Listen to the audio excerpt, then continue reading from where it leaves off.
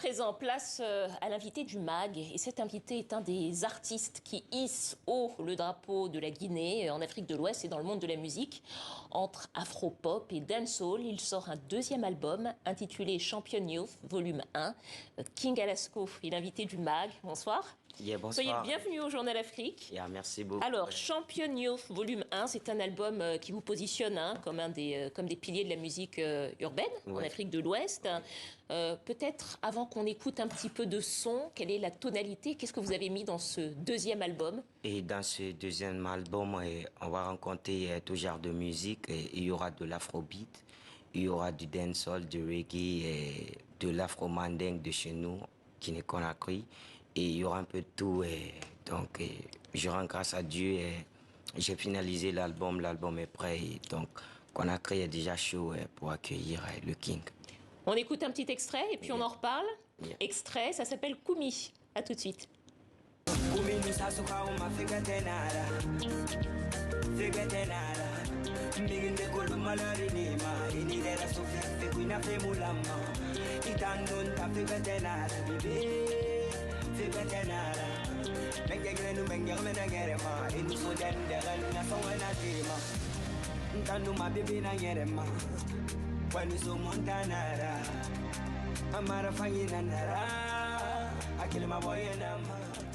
Koumi, qu'est-ce que ça veut dire, Koumi? Qu'est-ce que raconte cette chanson? Déjà, Koumi, la musique, c'est une musique d'amour. Et Koumi, ça veut dire en français le miel et le sucre. Et quand ces deux sont mélangés, c'est autre chose, vous comprenez un peu.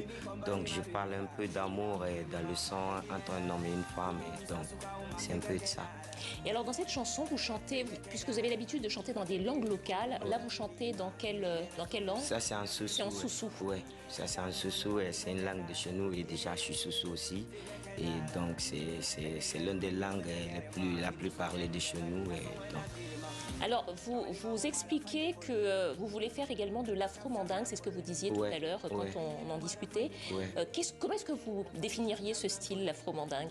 Déjà, l'afro-mandingue, mandingue déjà, c'est un truc de style de chez nous. Ça vient de chez nous à travers... De la culture mandingue, de l'ancien empire mandingue. À travers des instrumentales mandingues et tout, à travers du kora et d'autres instrumentales, des balafons et tout. Et donc, le mandingue, c'est un style à nous. C'est déjà ça qu'on doit mettre en valeur chez nous. Et donc, j'ai décidé de mettre ça dans l'album pour que ça puisse atteindre une certaine dimension internationale. Voilà, et c'est aussi ce que vous défendez dans votre musique. Vous défendez aussi une culture et un patrimoine qui sont les vôtres. Alors, la musique en Afrique de l'Ouest est assez dominée par la musique nigériane, par le style nigérian, l'afrobeat notamment. Est-ce que c'est aussi un style musical que vous revendiquez? On voit un petit peu quelques inspirations également. Est-ce que ça fait partie des styles musicaux qui vous sont chers? Déjà, moi j'aime bien l'afro-musique. J'ai commencé à écouter de l'afro-musique grâce à Wizkid. Et je l'aime bien déjà, c'est mon artiste préféré du côté du Nigeria. Et l'afrobeat est un style particulièrement aussi africain, car ça donne l'identité africaine partout dans le monde entier. Si tu entends l'afrobeat, tu entends les sonorités africaines. Et donc, je vois bien que c'est une fierté pour moi aussi de chanter sur l'afrobeat. C'est une fierté pour moi de représenter de l'afrobeat partout dans le monde entier. Vous avez peut-être des duos en vue avec quelques artistes africains avec qui vous aimeriez collaborer? On peut savoir qui? J'ai déjà collaboré avec Samba Peuzzi du Sénégal. Et il y a Kiki Moteliba de la Côte d'Ivoire et il y a Malaké du Mali. Et peut-être chez les Nigérians? Chez les Nigériens, c'est une surprise et on est déjà sur les négociations et tout. Et une fois quand ça va être prêt, là, je vais annoncer à mon public. Alors, c'est votre deuxième album, on le disait tout à l'heure. C'est un album aussi que vous souhaitez, pour lequel vous souhaitez un avenir un petit peu plus international. Quels sont vos projets dans les mois et dans les années qui viennent? Et mon projet est déjà, j'ai en tête, et je vais finir avec l'album Champion Youth Volume 1 et pour me baser sur mon album international aussi qui va venir. Et l'album Champion Youth Volume 1 parle de la jeunesse et parle de moi et un jeune très conscient, un jeune qui a beaucoup de soucis pour son avenir. Donc, déjà, comme le nom l'indique, champion youth, jeune champion. Et donc, ça parle de l'émancipation d'un jeune par le courage, par la détermination et tout.